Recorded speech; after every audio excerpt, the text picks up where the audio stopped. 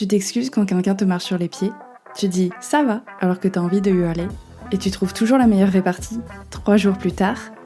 Bienvenue sur Légitime, le podcast des ex-petites filles sages qui ont été formatées bien trop tôt à sourire, être sages et sauver le monde avant leur premier café.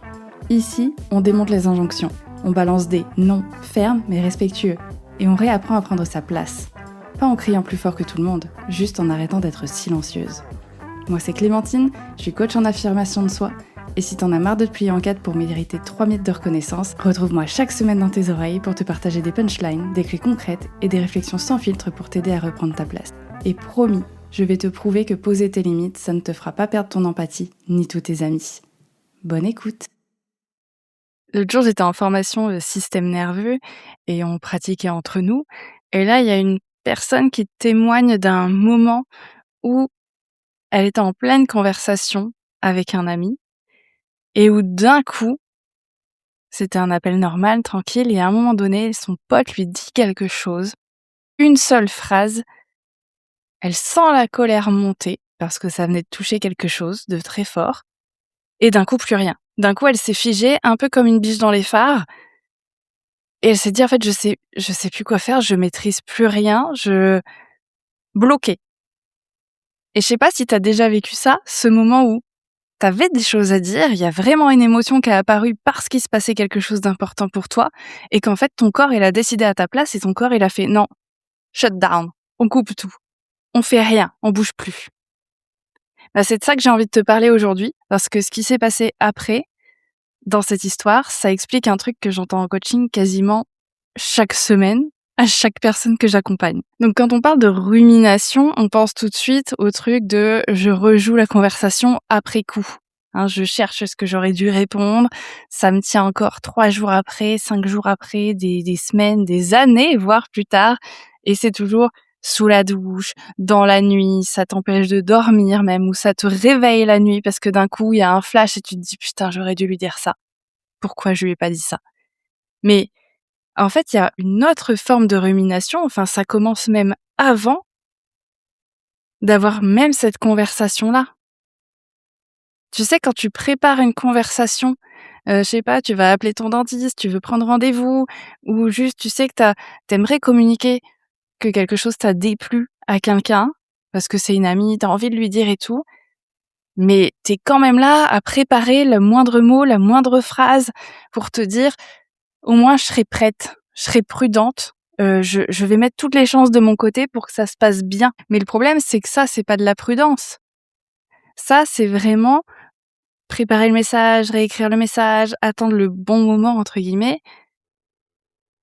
C'est essayer de tout contrôler pour se mettre en sécurité, pour essayer d'éviter à tout prix le rejet, pour essayer d'éviter à tout prix le conflit. En fait, tu cherches le mot exact pour que ça vexe personne, pour que ça déclenche rien, que juste le message passe et que l'autre comprenne et que ce soit un peu les bisounours et que tout va bien et c'est bon, on s'est compris. Mais tu commences à me connaître, tu sais que derrière ça, il y a une logique. Il y a pas à culpabiliser de ça.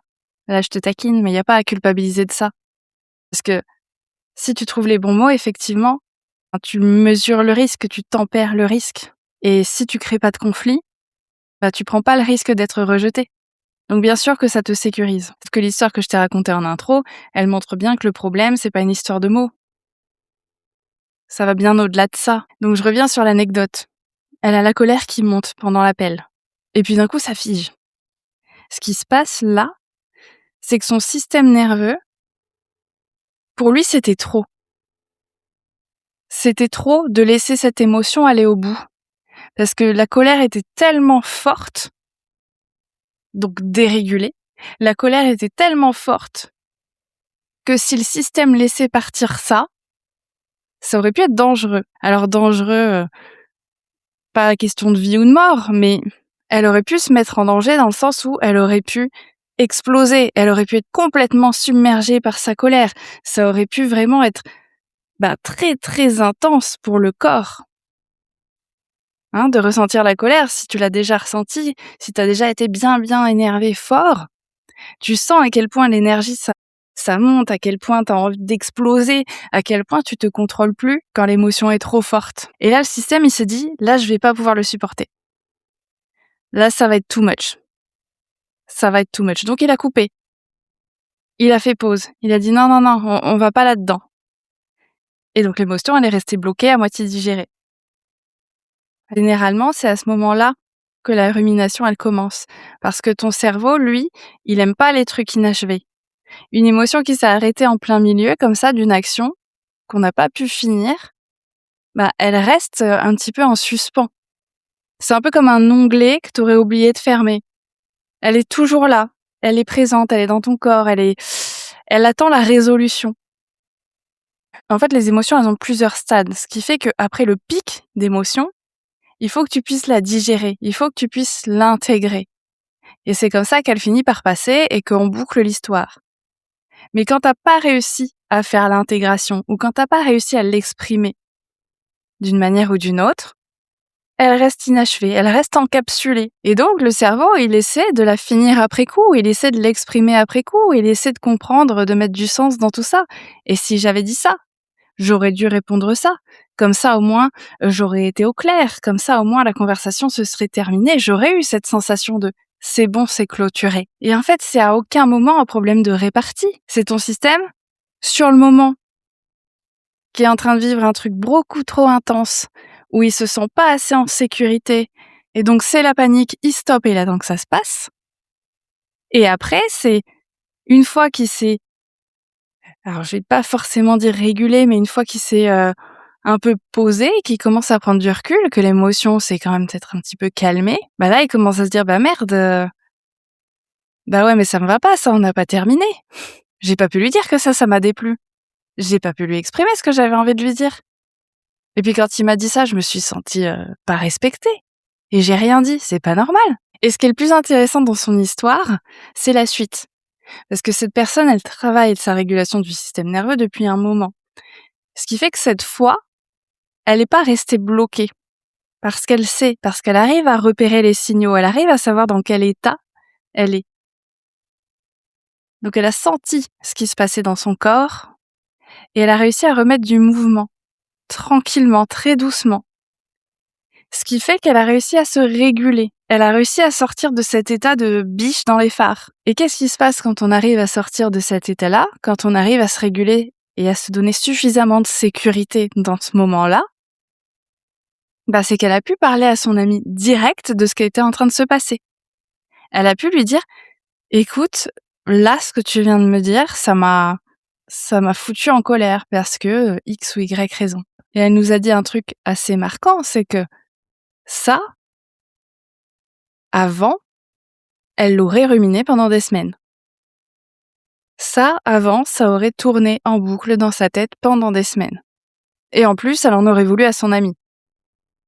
Il y aurait eu une espèce de rancœur, de frustration, et ça aurait tourné pendant des semaines. Là, elle s'en est rendue compte au moment T, elle a régulé au moment T, et elle a pu en parler au moment T. Et l'émotion, elle a été traversée, elle a été vécue, et ça a été clôturé. Il y a eu une fin à cette histoire, puisqu'elle a réussi à s'exprimer. Et ça, je pense que tu commences à le comprendre, c'est pas de la chance, c'est pas inné. Elle s'est entraînée. Elle s'est littéralement entraînée pendant plus d'1 an, 2 ans à réguler son système, à comprendre ce qui se passait en elle, à comprendre comment elle fonctionnait. Et là où je disais dans un épisode que c'était pas nécessaire forcément de comprendre, mais qu'il fallait l'intégrer et l'intégrer dans le corps, c'est typiquement là, elle sait pas forcément sur le moment ce qui a déclenché sa colère. Elle a pas forcément l'indication, le pourquoi du comment ça s'est déclenché. Mais le fait est que ça s'est déclenché. Et là, l'urgence à ce moment-là, l'intérêt à ce moment-là, c'est pas de savoir merde, qu'est-ce qui s'est passé concrètement. Si t'es complètement figé, c'est pas le moment d'essayer de faire fonctionner tes neurones.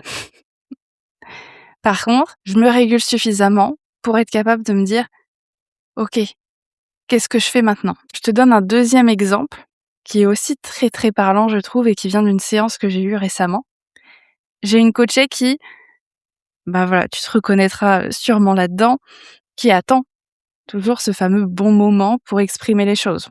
Que ce soit du positif ou du négatif, entre guillemets, Voilà, elle attend, elle espère le bon moment, elle se conditionne et cetera pour être capable de dire quelque chose d'important. Donc elle prépare le terrain, elle scanne le contexte, elle guette la fenêtre parfaite. Et là, l'autre jour, elle me raconte qu'elle voulait exprimer quelque chose à quelqu'un, mais que voilà, elle a galéré un petit peu, pareil, elle a préparé, elle attendait, elle savait pas trop, ça la stressait un petit peu et cetera. Mais que d'un coup, il y a eu un élan. Il y a eu un élan de «Allez, let's go, je le dis maintenant, on entame la conversation et comme ça, allez, c'est fait». Et donc elle l'a dit.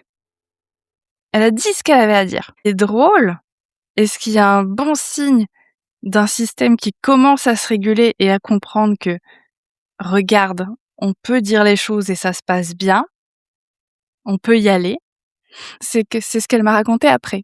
Parce que d'habitude, elle a cette petite voix intérieure qui arrive avant qu'elle se lance.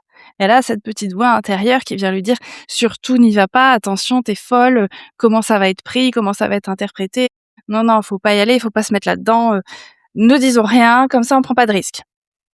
Même si c'est pour dire des compliments, on prend pas le risque, on sait jamais, ça pourrait mal tourner». Et elle me dit là, cette voix, elle est pas arrivée avant, elle a peut-être été un petit peu présente, mais sans plus. Elle est arrivée une fois qu'elle s'était lancée, une fois qu'elle avait déjà ouvert la bouche. Ce qui fait que c'était trop tard pour l'empêcher d'agir. Ce qui fait que l'impact de cette petite voix, il y en a pas eu. Un peu choulant, en fait, cette petite voix. Parce que ma coachée, elle était déjà lancée. Elle avait déjà commencé sa conversation. Et ça, c'est exactement comme quand tu rentres dans une piscine. Au début, tu crains un petit peu, t'oses pas mettre les pieds dans l'eau parce que c'est froid. Tu te lances dans l'eau, oui, ok, c'est froid, mais c'est bon, on y est maintenant. Et ça ne sera que meilleur, on va se réchauffer. Et après, tu dis toujours cette fameuse phrase: «Ah non, en fait, elle est bonne». Et c'est exactement ce qui s'est passé. Et c'est ça qui est génial comme exemple, c'est que se réguler, s'apporter de la sécurité, c'est pas forcément, ne plus stresser avant une conversation. C'est pas forcément ne plus avoir cette petite angoisse avant, pendant.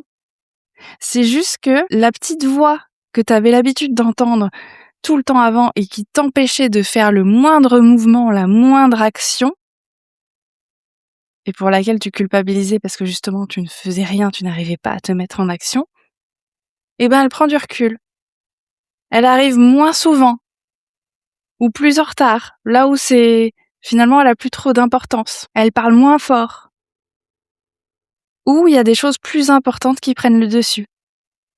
En fait, c'est important pour moi de communiquer ça. En fait, je sais que c'est une amie, c'est un copain, c'est mon mec, c'est ma meuf. Je sais que je peux lui communiquer ça.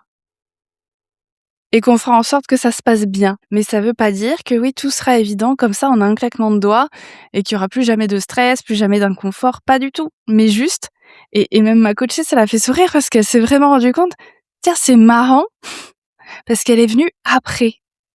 Et du coup, trop tard. Moi, j'étais lancée, c'est bon, j'y vais maintenant. Et je trouve ça génial comme exemple. Je trouve ça génial comme prise de conscience. De, ah tiens, t'arrives que maintenant, toi. Bon, écoute, trop tard, tu peux aller retourner te coucher, c'est cool. Donc tu vois, si tu as tendance à te dire: «J'ai pas assez de répartie. Putain, si j'avais plus de répartie, j'aurais su quoi répondre. Putain, si j'avais plus de vocabulaire ou que sais-je, j'aurais su quoi répondre. J'aurais pu être un peu cinglante ou un petit peu, recadrer bien comme il faut». Bien souvent, c'est pas du tout une histoire de mots parfaits, c'est pas du tout une histoire de répartie. Le vrai sujet, c'est jamais: «Qu'est-ce que je dois dire?» ou «Comment je dois le dire?» Alors, bien sûr, il y a des techniques.